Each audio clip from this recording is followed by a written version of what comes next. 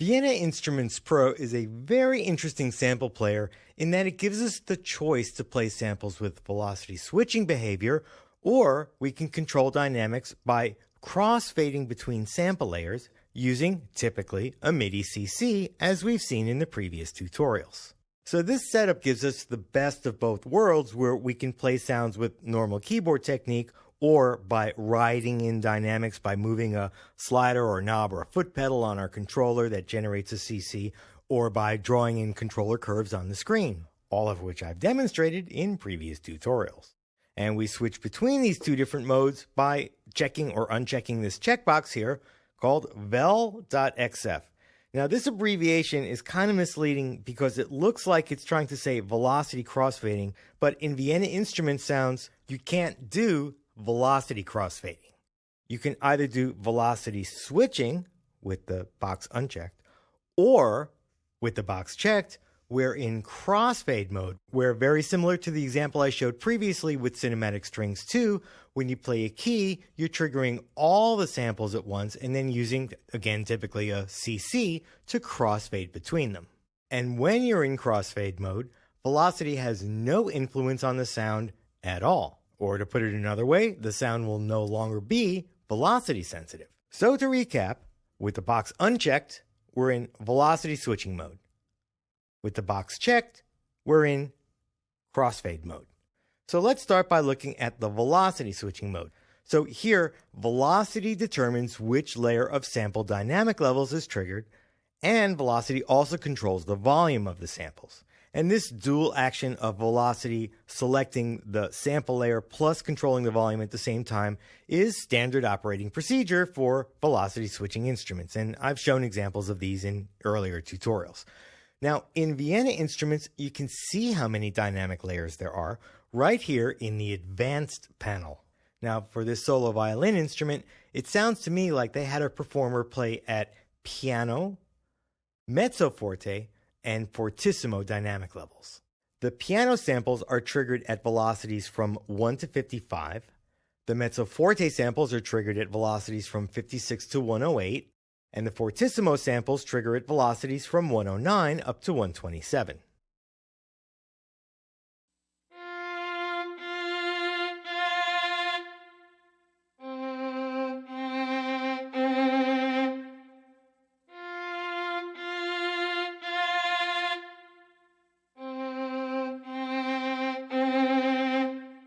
Now, there doesn't seem to be much of a difference in volume between these three samples that would be commensurate with the three different dynamics of piano, mezzo forte, and fortissimo.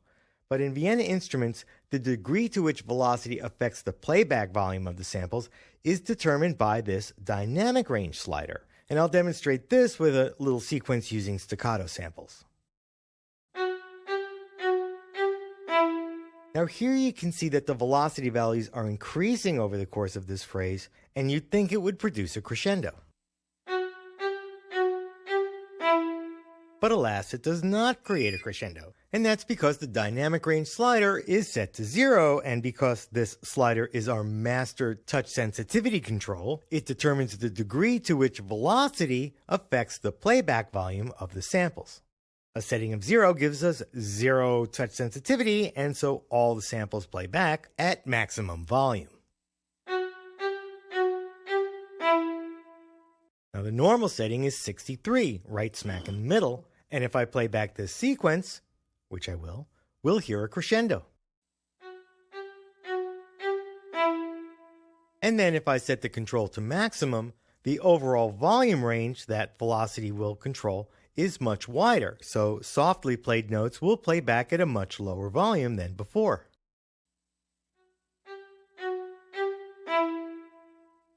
And just keep in mind that this control does not change the velocity switching thresholds between the piano, mezzo forte, and fortissimo samples. Those always stay the same. So now let's move on to the other mode. I'm going to hit the switch, and that puts us into crossfade mode. And that's where we use, typically, a MIDI CC or one of the other control sources that they provide to crossfade between samples. The default control is CC2, and in fact I have a slider on my controller set up to send CC2, and now as I move the control and play, If you recognize that, that's because you heard that earlier in the course when I talked about playing to the samples.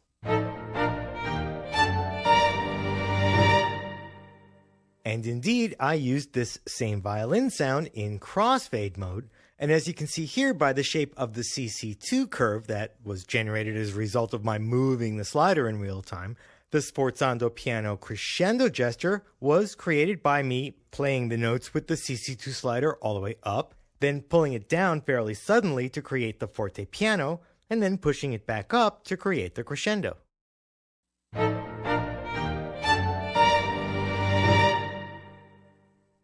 Now, as I mentioned just a little while ago, when working in crossfade mode, velocity has no effect on the sound.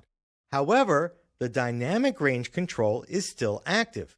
But instead of velocity controlling the playback volume, now the control that you're using to crossfade samples with, in this case CC2, also now controls the playback volume according to the setting of the dynamic range slider.